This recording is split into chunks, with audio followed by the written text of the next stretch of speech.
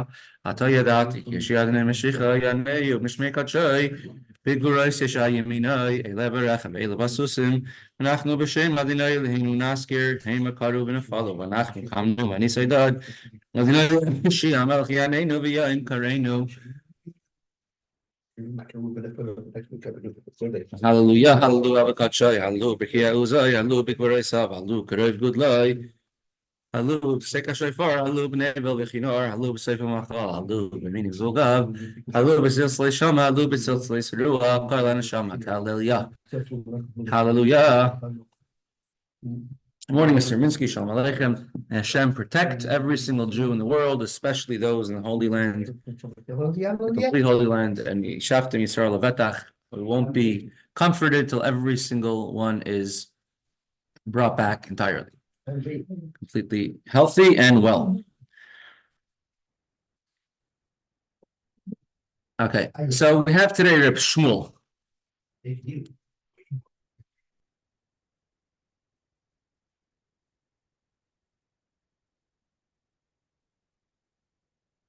We're going to have a discussion today about Rosh Chodesh. Are you allowed to do malacha? Are you allowed to do work on Rosh Chodesh?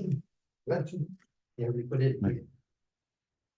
very last thing we learned in the Gemara was we brought a final, definitive proof. How many people are called to the Torah on a fast day? And how many is that? 3. 3 people are called to the Torah on a fast day. We'll read the definitive proof, and then we'll see, although it's definitive, the Gemara says, not so quickly. So let's say, Tashma, come in here, trying to deduce another proof, but how many people are called to the Torah on a fast day? Is it 3? Is it 4? Is it 5? The Gemara will answer the question. Zeh klal, and it brings a proof, not from a Mishnah, from a Brisa. Sometimes we don't bring from the final answer right away because the Gemara Bavli goes on journeys. It's not always about the destination to get the answer, but to find out different halachas and different things on the way, which we learned a lot about Rav when he went to Bavel, etc. Zeh klal, the Brisa says as so. And we also want to bring rather a proof from a Mishnah or from at least from Rav, who is close to the times of the Mishnahs, as opposed to a Brisa. Zeh klal, this is Yasi Shalom Aleichem. This is the rule when it comes to calling people to the Torah. How many aliyahs are called to the Torah? How many people on any given day? Any day on which you cannot do labor, you cannot work that day. For example, say Shabbos, Yom Tov. Any day you cannot work. Kigoin, for example, Tanis Siba V'Tisha B'Av. If you would have more aliyahs, call more people to the Torah, it's going to take up people's time in shul. People have to get to work. So therefore, they want to shorten not shorten the davening, but don't prolong the davening unnecessarily. So if you call another person to the Torah, you might have to add more psukim, you have to make a bracha before and a blessing after. It takes up more time. And the Chachamim, our sages, were very correct, considerate of people's times and of people's, not everyone has the ability that people have to get to work. Many times you have to work during the daylight hours. Every hour of daylight was extremely precious. So a day where an extra aliyah, if you're keeping them in shul longer for another aliyah, would take them away from working. So then you only have 3 aliyahs, the minimum. And he gives examples. A fast day. On a fast day, let's say Tanis Esther, or the 10th of Teves, 17th of Tammuz, all these different fast days, you're allowed to do malach, you're allowed to do work. And therefore, you only have 3 people called to the Torah. The Tisha B'Av and the 9th of Av.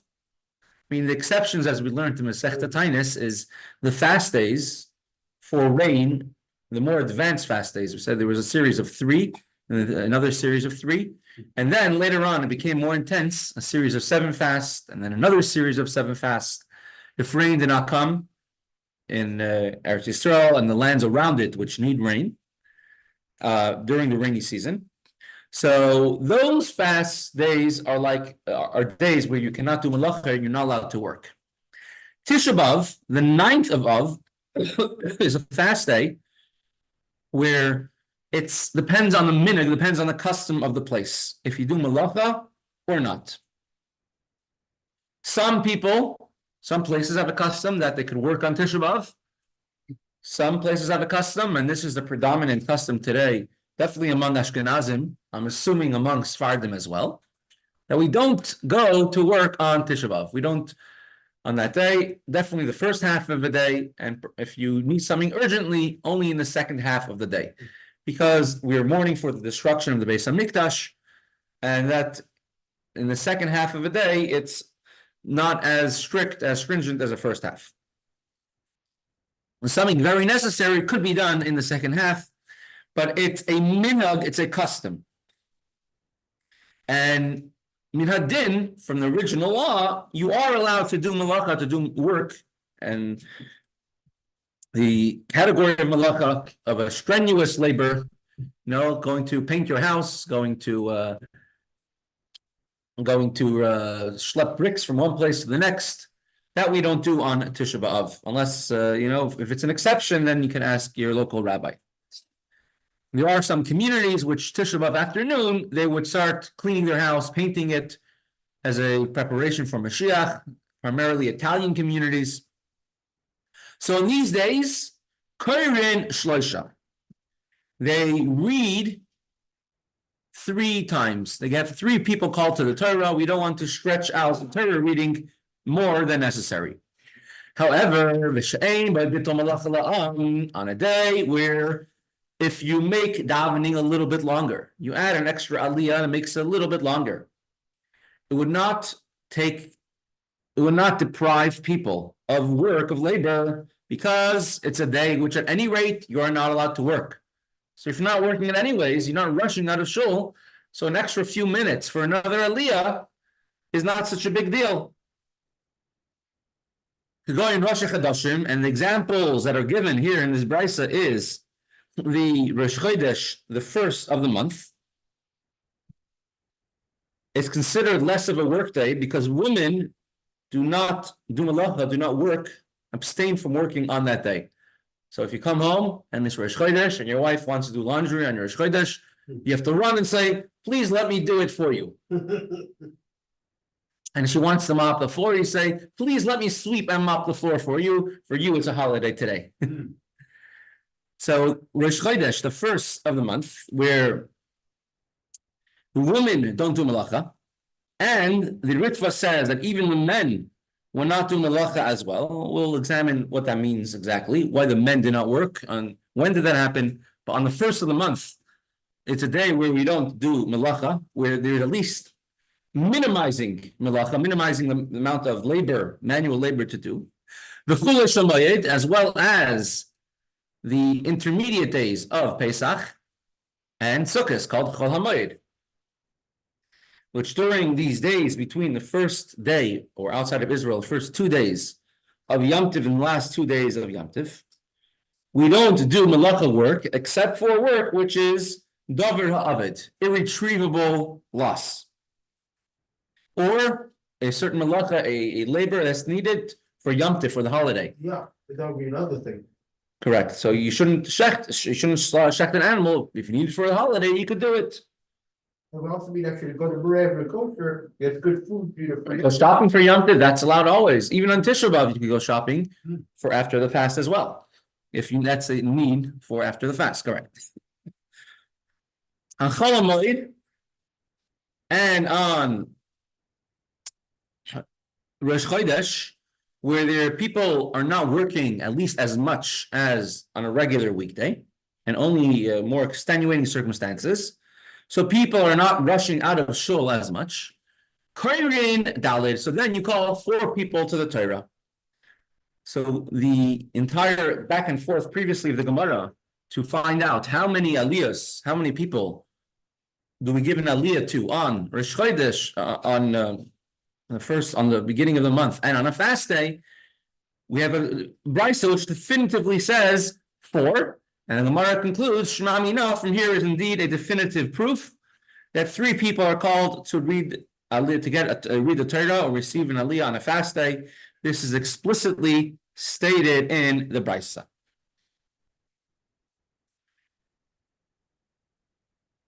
The fact that on a fast day, that on Rosh Chodesh, we don't do malacha, we don't work, it's actually we have a sort of source for it in the Torah. As you know, the famous story of David and Yonasan, right? David and Jonathan. Oh, yes. They were considered the 2 best friends. Although Yonasan's father was King Shaul, and he was out to kill David HaMelech, his son, Yonasan, was able to see past his father's prejudices, and he loved David. And they were partners in Torah learning, and they absolutely were the best friends. And Yonasan, the son of Shaul HaMelech, he would protect King David, whenever there was a palace intrigue, whenever his father wanted to kill him, Yonasan would protect him. So we have the famous Haftarah. It comes out usually 1 or 2 times a year.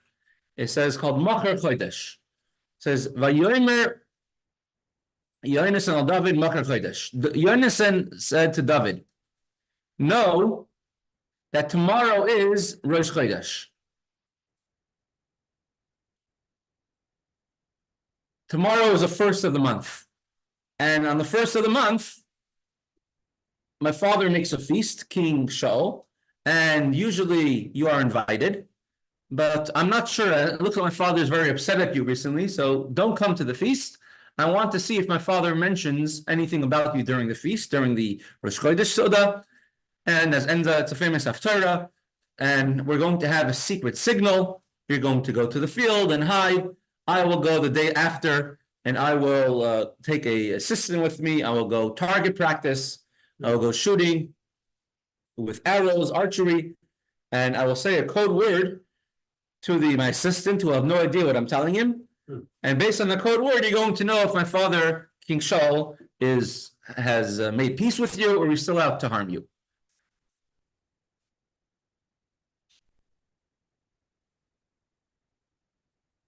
So this is the famous Haftarah Machar Chodesh. And Yonasan said to Shaul, tomorrow is a new moon.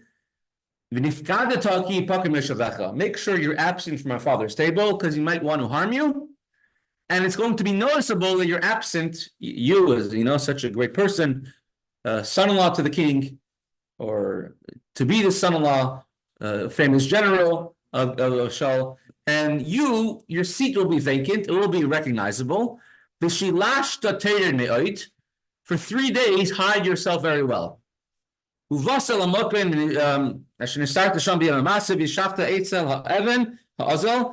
hide yourself behind a certain stone in the field on the 3rd day. And I will take with me 3 arrows, and I will shoot at a target, and I will say a code word to my assistant, and from there you will find out if my father made peace with you, or my father still wants to harm you. But the words over here, Yonasan tells David, you will come to the place where you hid on the day of work. What does it mean, the day of work? So let's open up the Rashi over here on the pasuk to show you. Rashi says, this comes to teach you that on Rosh Chodesh, you're not supposed to do work. Yom HaMasa means a Yom Chol, a weekday, where you're allowed to do work, like a regular weekday, like today. On Rosh Chodesh, it's a day which you're not supposed to do malacha, you're not supposed to do work.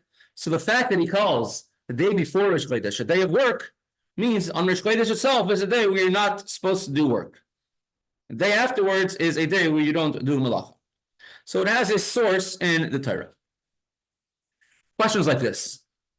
Who are the ones in shul, the men or the women? The men. The men.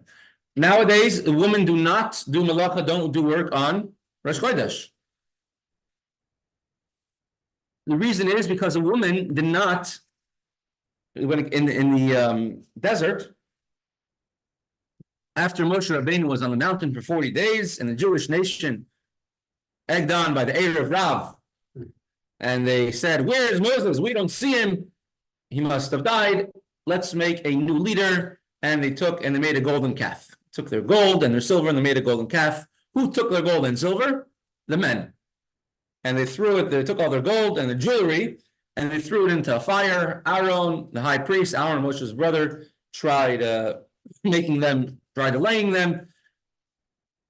Hor, which is Aaron's grandson, or sorry, Miriam's son, he tried stopping them and they killed him. And it was a very sad situation, and the Jewish people made a golden calf, and the next day they bowed to it, and Moshe Rabbeinu came down and of course destroyed it and made an order. The woman did not serve the golden calf. A woman never fell for that type of nonsense. It was only the men who did it. Women are believers b'teva, by nature, and therefore the woman did not for that to commemorate that, or to the women have a special holiday on the day of Rosh Chodesh where they don't do malacha. And the Mishnah over here, the Brisa, brings down that Rosh Chodesh is a day where you don't do malacha, you don't do work, and therefore you have 4 aliyahs, 4 people called to the Torah. However, the men are in shul. The men are allowed to do malacha, allowed to do work. So why delay the men in shul an extra time? Are you mean to tell me the women are allowed to have their own minyan for reading the Torah? So why are the men having an extra aliyah in shul, delaying in shul, if it holds them back from malacha, from work? So it's a very interesting, the Taz, the Torah Evan, they have very interesting outlook on this. In the times of the Beis HaMikdash, on Rosh Chodesh, there was an extra carbon, an extra musaf. On the day somebody brought a carbon to the Beis HaMikdash, that day was for them a Yom Tov, for them a holiday. They did not do malacha work on that day. In a similar way, like today, when Chassidim who receive a letter from the Rebbe, that day was a Yom Tov, a holiday for them. They wore Shabbos clothes. They did not say Tachnun that day. Ooh. Good idea to have to give a Rebbe letters. No, because you have to be deserving of it. Never say tax. So the day that you don't get a letter from the Rebbe every day. It's a special thing. The day that you brought, now of course there were karbanos. There were karbanos brought every single day in the Beis HaMikdash, but it's impossible to take vacation every single day of the year. It does not work. However, the day when there's an extra carbon, they would not do malacha. Or a day that you bring your own carbon, your own sacrifice to the Beis HaMikdash, you'll be malacha. So it wasn't that you came in the morning, brought a carbon, and then after an afternoon you went back to your store and started selling everything, started selling Dovi's dryings, right? Yeah, exactly. In the times of the Beis HaMikdash, you brought a carbon that day, your entire day was dedicated to that. You did not do malacha that entire day. So on Rosh Chodesh, during the times of the Beis HaMikdash, it was a national holiday where people generally do not do malacha work, unless work that you're allowed to do on Chol HaMoed, work of things which would be lost, things might spoil. If you leave things, your flax soaking too long in the water, it's going to not be able to be made into linen. David, now when David was running away from Shaul, it was a weekday, because the first day, when the Torah calls it Erev Rosh Chodesh, was Yom HaMaaseh, the day of weekday, a day you're allowed to work.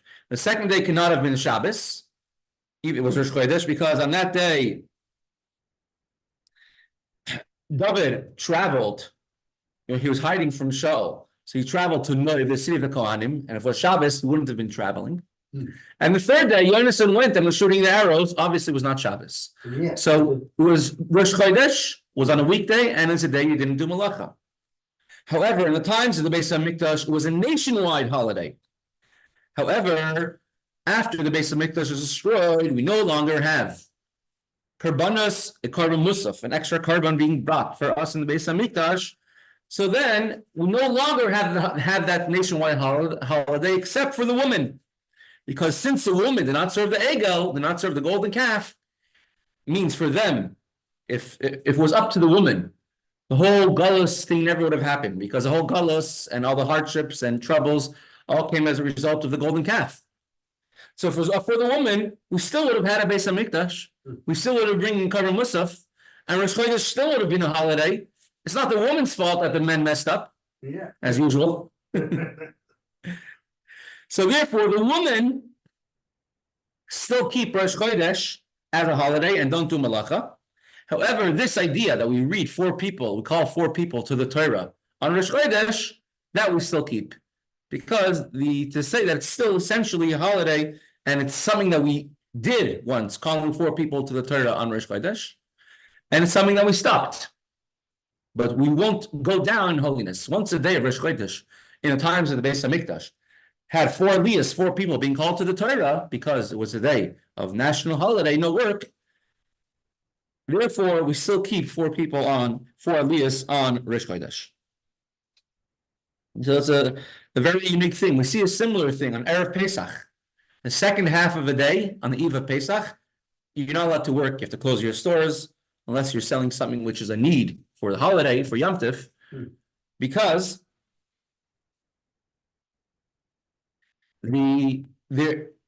after midday on Pesach, every single Jewish person has an obligation to bring a korban, to bring a sacrifice called the korban Pesach. And therefore, after midday on Pesach, the halacha till today is also forbidden to do any malacha, any work. Rosh Chodesh is more often, it's not once a year, it's every single month, 12 or 13 times a year. So therefore, they didn't reinstitute the prohibition of asiyas malacha, of doing work. You're allowed to work on Rosh Chodesh, but women still have a special Yom Tiv for Rosh Chodesh. But there's one issue, Rosh Chodesh, which you're not allowed to work, and that's Rosh Hashanah. Rosh Chodesh Tishrei, correct. That is where even us, we do not work, and we actually have 5 aliyahs on that day. Unless it's on Shabbos, and then you have 7 aliyahs.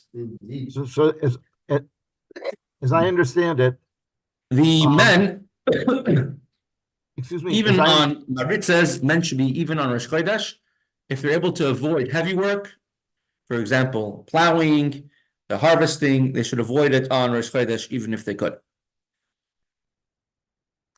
And that is a custom till today. But at any rate, it's a special Yom Tov, a special holiday for the woman. And if you're looking for a good time to buy your wife a present, definitely do it on the day of Rosh Chodesh. Rabbeinu Yerucham writes, he's seen many women who had such a custom like this. And it's 11:34. We'll discuss the idea of Minhag Yisrael, a Jewish custom. The importance of minhagim, of customs of the Jewish people. The woman had a custom not to work on Rosh Chodesh. Some women, he says, in the city where he was a rabbi, they would say that women are allowed to do malacha, to do laundry, let's say, which used to be a very big malacha, very big effort. Nowadays, you just throw it into the... My grandmother in Israel, she used to actually every day get tired because she was busy working with the iron with... And so my grandfather had to wake her up as she in time for Birkas Sabanzo. Wow. Right. It will be a lot of work to do laundry, and nowadays put into the machine, stringing it, to beat it. It was a lot of work. But they would say that the main work of the woman is sewing. Because when it came to the Beis Hamikdash, it says the women were very talented, still are, Baruch Hashem. The women are talented, and they would sew the curtains for the Beis Hamikdash in a very unique way. Not like nowadays where we have all these processes. Then they would want to sew when it's as fresh and as possible as soon as it comes from the animal, the wool, and they would sew the hairs of the goat while it's still on the goat's back without giving the goat pain, or minimal pain at least. And that was the Torah calls it called Chachmas Noshim B'Yadeim Tavu Esa'izim. The wise woman, the talented woman, they would sew the curtains out of the hairs of the goat. So they would say that women's work is sewing because that's what they're skilled at. Look at the garment district, right? The women were sewing. They were the main ones. That's what they're more detailed and, they're very, much better at this. And another thing is, there might have been men who knew how to do it, but as usual, when it came to doing an Avera, giving their gold to the golden calf, the men gave their gold. They wore their earrings. Some men tore it from their ear, that the earlobes tore. They asked their wives to give their jewelry to the golden calf, and the woman said, absolutely not. So when it came to doing an Avera, a sin, the men were running and roaring to give their jewelry and their gold that they owned to the golden calf.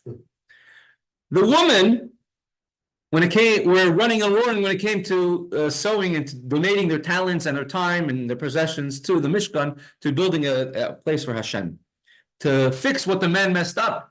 The men messed up by serving a golden calf, and Hashem said, atone for it by building a Mishkan, and the women were the first ones to go and do it. So when it came to the Mishkan, to donate their possessions and talents to the Mishkan, who was first? The woman. The women are the ones who were doing the sewing in the most difficult ways. You have to imagine a live animal that's moving around. It's very difficult to sew on their back. Yeah. Well, I do have to say, you can look at actually the later years, in which it was easy to do laundry for my grandmother as a reward for the earlier years. the grandmother Baruch Hashem, she says, "Samchenu ki mois inisanu." Yeah. Hashem,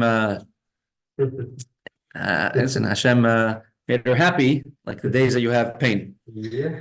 Correct. So therefore, for women, when it comes to doing the mitzvah, and therefore it's only also, they would say it's only forbidden to sew on Rosh Chodesh, but all other malacha, all other work, they would allow women to do except for sewing. The Beis Yosef writes that woman, that's what the Mabed writes, Rabbeinu Yerucham writes, and he really didn't hold to that. He says all types of malacha, all types of work are forbidden. However, if there is a minhag, a custom in a place, keep that custom. Beis Yosef writes that women would sew at home for their family, but they wouldn't sew in order to sell, in order to make a business out of it on the day of Rosh Chodesh. Although he says it's better that women should not do any type of malacha, any type of labor at all on Rosh Chodesh, unless it's an easy labor. How about men on Rosh Chodesh? Are they allowed to work? So nowadays we say there's no korban, there's no sacrifice in the Beis Hamikdash. Minadin, there's many shittas, many discussion about this. Ben Ish Chai writes that better not to do malacha if they could help it on Rosh Chodesh, if they could push it off. But if it's a must or if there's a need for it, then men are allowed to do it. And don't say, yeah, I'm going to give my wife extra work after Rosh Chodesh because I don't want to work on Rosh Chodesh. Better you do it on Rosh Chodesh. We have to make up for the fact what we did for the Egel, giving all of our gold and silver to the Egel. Now, a minhag, a custom, is very, very important. As a matter of fact, down in Isfarim, if you turn around the letters of the word minhag, custom, you're going to get the word Gehenim, which means purgatory. If you don't listen to a minhag, don't listen to the custom of a place, you could come to very not good things. It's one of the reasons why the Alter Rebbe in Nusach Chabad, we have a different order of the 4 questions. The first question we ask is about a minhag, a custom, showing how important minhagim, how important customs are. There's a Gemara, Mesechta Menachos. Let me just bring it up on the screen. Lamed Beis Amud Aleph. Menachos 32a. The Rav had a custom, right? Talking about different minhagim, that you must follow the established custom. Amar Rav. One must observe established customs. Even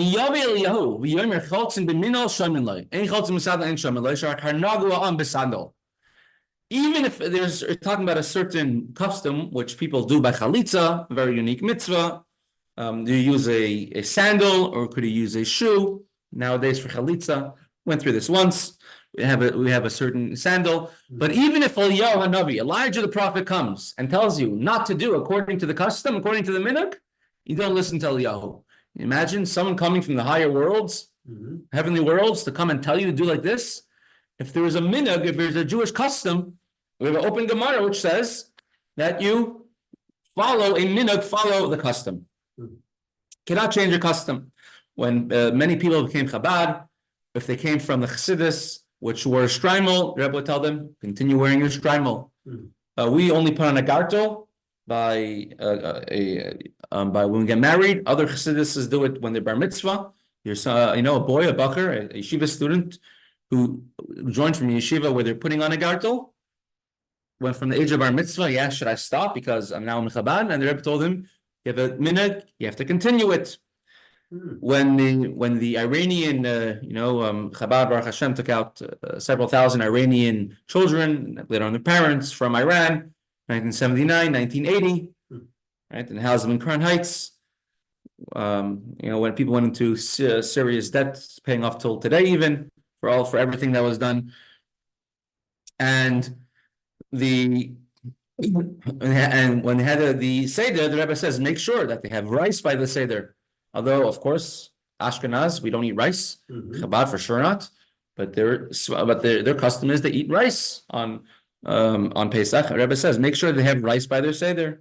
It makes it very inviting to become a Mesechta Lubavitch when you don't have to turn your life around. Exactly. Exactly. Don't worry. You can be So a minhag is very, very important. For example, eating kidneys on Pesach, many different customs that we have. There's the Ramah, and we're going to bring a story of him with a minhag. My famous uncle cousin. Correct. And the Ramah, he writes on Purim about customs that the children would have to do on Purim, that they would write the names of Haman and any other Jewish Torah adversaries, enemies. They would write them down on trees and write them down on the ground, and people would stomp on it. And later on, from there, the minhag came that they would stomp whenever they mentioned Haman's name, make noise when they read the Megillah in Shul. But originally, it wasn't the minhag, the custom that people bang in Shul when they read Haman's name. The custom was that outside the kids would be writing on the tree and banging on the tree, to knock Haman. So true, how the custom started might have been in such a way that it wasn't originally the halakha, originally the way it was done. Therefore, we repeat Haman's name after, no one should miss it. But he says it's a minhag, it's a custom, and you cannot stop it. And the Rebbe says in his Shul 770, when the kids are banging Haman, some people say, shh, older people. And the same older people, when there's something on the floor in Shul, they don't bend down to pick it up. Something which is a excitement for Yiddishkeit, and it's a minhag Yisrael, it's a custom, you want to stop something. Well, it's halacha, and definitely a custom not to have dirt on the floor in Shul. It's very important. The Magen Avram writes that you should not change a minhag, even if a minhag seems to be a ridiculous minhag, you should not change it. Unless circumstances change entirely. And there's a story of the Ramah, brought down in Moshe Isarish. And I don't know the original source of the story. I actually tried looking it up recently. The Ramah, it says, when women go to mikvah, the Ramah does right. The custom is they should try keeping it discreet. Let's try keeping it discreet. Oh, yeah. The night they go to mikvah. Yeah. Again, it doesn't mean it's a secret which is locked up in Fort Knox. It just means that don't publicize it. People know it's not the end of the world. It's like it's not the. But when the Ramah, the story is when the Ramah first moved to Krakow. He was a Rav in Krakow. Moshe Israelish wrote from many Sfarim. Of course, all Ashkenazim follow his ruling till today. And he actually passed away at a very young age. You know how old he was when he passed away? He's 36. 36 when he passed away. He lived at the same time as Beis Yosef, who passed away in his 80s, at a very old age. And in the beginning, he wrote a Shulchan Aruch. In the beginning, he wrote a commentary on the Rambam. And then, right when he's writing his commentary in the Rambam, Beis Yosef came out with his commentary in the Rambam. Yeah. Right? So then he wrote a commentary, Kesef Mishnah, wrote a commentary on the Torah. For halacha, and then Beis Yosef came out with the Sefer Beis Yosef, Which is also a commentary. so then he started writing a commentary, writing halachas like a Shulchan Aruch, and then Beis Yosef wrote the Shulchan Aruch. So then he wrote the Haggais notes on the Shulchan Aruch. It's called the Mappa. The Shulchan Aruch means a set table where everything is set, and he wrote the Mappa. He wrote the any additions of the Ramah. And Moshe Israelish, a rabbi in Krakow. Till today, you can go to the Ramashal in Krakow. I've been in the Ramashal. Wow. It's in Krakow, about 15 miles away from Auschwitz, right next to the Jewish. He's buried in the Jewish cemetery in Krakow. Auschwitz had a Jewish community in the past. Auschwitzim, it's called. Yeah. Actually, the Rav in Auschwitz was actually deported back to Auschwitz. He was killed in wow. Auschwitz, unfortunately. Yes. Yeah, we could go through. There's a lot to discuss about that for another time. So the Ramah, when he first moved to Krakow with a new rabbi in the city, a tremendous guy, a tremendous Talmid Chacham, and the custom over there was that the husband of the woman of the mikveh attendant, the lady's mikveh attendant, her husband will go over to the gabbai, and the gabbai will go over to people in shul and tell them Mazel Tov. The day after, meaning the night after, if their wife went to mikveh. The gabbai will go over to the husband and say Mazel Tov. The rabbi asks, why is the gabbai going over to people saying Mazel Tov? And he told him, because the wife went to mikveh that day. And he said, what? Such a type of custom? This is called burus, he said. This is ignorance, and this is totally not sneeze. It's not modest at all. And so he said, we have to change, we have to stop doing it. And he stopped doing it. Oh. And unfortunately, there was a story that however the story went, but the gist of the story was that there was one husband who, the wife, he came out of town, he came from out of town, and he thought his wife went to mikveh, but his wife really didn't go to mikveh that night, for whatever reason. Either she was embarrassed, and the gabbai never came over to the husband to say Mazel Tov, because the rabbi said, that you don't have to say Mazel Tov anymore. You should stop doing it. And it ended up being that she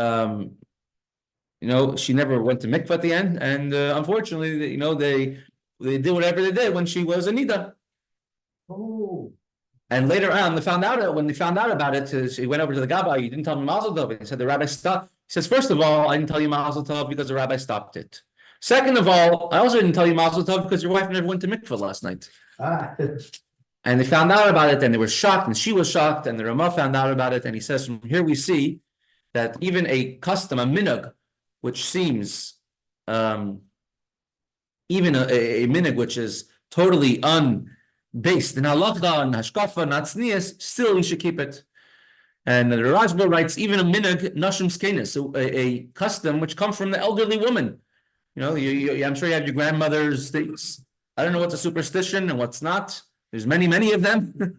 But you have actually different things. There's many different things. Everyone has their own examples. I remember reading actually that you have certain things as far as conference where really, according to the strict halacha, it should be allowed. The only thing is that because women were strict in their kitchens, Correct. so it became actually that if we're going to be stricter, that's it. Right. So exactly. So for a woman have a certain custom, even if it's the elderly woman, or in the olden days, we're not learned at all, still you cannot depart from a minhag, from a custom of the Jewish people. And a minhag is a very, very important thing. And truth is, there's the body of Yiddishkeit keeping the halachas, and then there's the spirit of Yiddishkeit. And the spirit of Judaism, that comes much more from the dry halacha. It comes much more from our mothers, our grandmothers. They're the ones who determine if we're Jewish or not. If your mother is Jewish, they're the ones who, from a little child, from a little young age, as Rabbi Mr. Nadis was telling me yesterday, about how his mother would tell him to always wash negavaser, right? By his bed. By your bed, right? No, just as soon as you get up, you have to wash. Have to wash negavaser from a very young age. Yeah, this is, and the minhagim, the Jewish customs, are very, very important. Okay, excellent. Fine. Let's learn a few about the last 10 minutes. We want to continue with Kuntres Umayyon.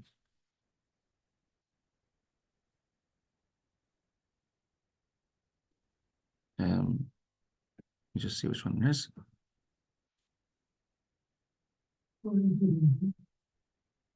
Okay.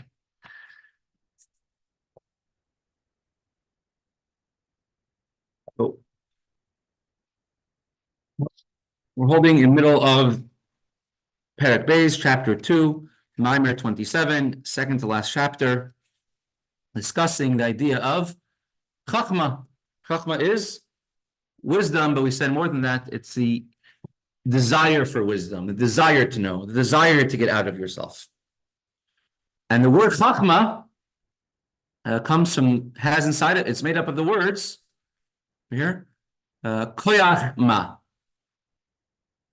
Koyach Ma, the ability, Chachma is Ches, Chaf, Mem, Hey, and you respell it to Koyach, the power, Ma, to ask what? Meaning the ability to be humble. A real wise person is humble, listens to whatever anyone else has to say. If someone is not so wise, unsure, then they can't handle if anybody else is the one talking, can't handle if anybody else is listening. But the Chacham is always able to listen to everything, something that someone else says. He's curious to know. Rabbeinu Nishmasei Eden. Beer, the Alter Rebbe, whenever our Rebbe would say the Rebbe Nishmasei Eden, the Rebbe whose neshama is in Eden, he would be referring to the fifth Rebbe, the Rebbe Rashab, the author of Kuntres Umayyon. Whenever the Rebbe Rashab would say the Rebbe Nishmasei Eden, the Rebbe whose soul is in Gan Eden, he would be referring to the Alter Rebbe, the first Rebbe of Chabad, the one who wrote the Tanya. And it says in Tanya, chapters 18 and 19, Chachma,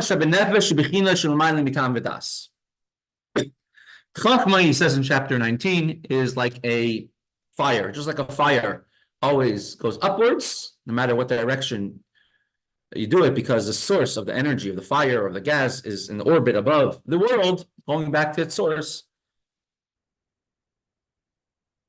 Fire doesn't, now seemingly, it doesn't make any sense. A fire should want to exist, should want to be around, should want to be important. In this world, it's important. When it's on a candle, it gives light to people. If the fire leaves its wick, and let's say there's no more fuel, and there's no more, right? There's no more fuel, there's no more candle, there's no more wick. Now the fire disappears, right? And all the energy dissipates, goes back up to its source, to its orbit. It stops existing. Can't find that flame in its original source. So why does a fire want to leave a place where it's so important and always go to its source where it's going to stop existing? That makes sense. It's l'mayla mitam v'das. It's above into Alter Rebbe, as it says in Tanya chapter 19. It represents a part of the neshama of the soul, which is above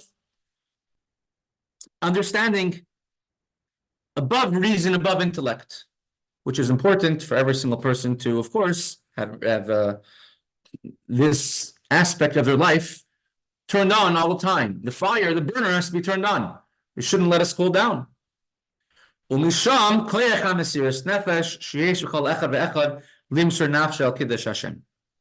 from this, every single Jew has the ability, as it brings out in Tanya, even a Jew who's very, very far from godliness, very far from any knowledge, and very far from keeping Torah and mitzvahs, and they are very proud of being Jewish, and they have the ability to give up their life and become a martyr for being Jewish. from this power in their soul, which Alter Rebbe calls a chachma, which is above rationality. So wise doesn't mean that you understand. On the contrary, it means that you don't understand. Bina is understanding. That's chabad, the base. Wisdom is ches. That's above understanding. Maybe al zeh pasuk pesi yamin chal davar. And in Mishlei, in Proverbs from David HaMelech, from Shlomo HaMelech, King Solomon, the wisest of all men, and everything there is mishalim, allegories, and he writes, Pesi, a fool believes everything.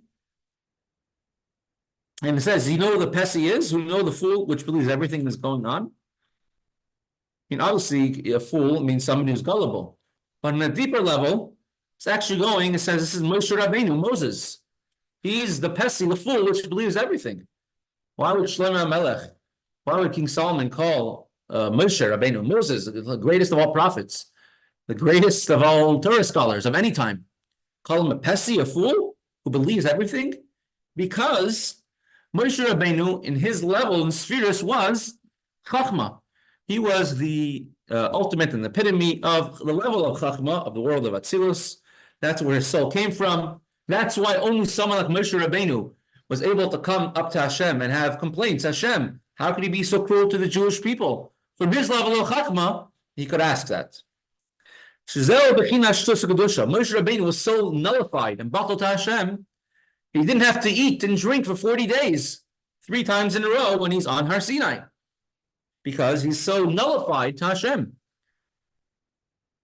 Comes from the level of shtus to kedusha, right? The 3 opinions, right? We went through this once. Did Moshe Rabbeinu not have to eat or drink? Was he eating or drinking the food of the angels, which is Torah, the word of Hashem? Or was he so engrossed in what he's doing, they didn't realize that he even was hungry or thirsty at all? And so on 3 different times he's on the mountain, based on the 3 different time levels the Jewish people were at that time. Tzaddik, the holy, if they were about Shuvah, or if they were sinners at that time, depending how the Jewish nation was during those times.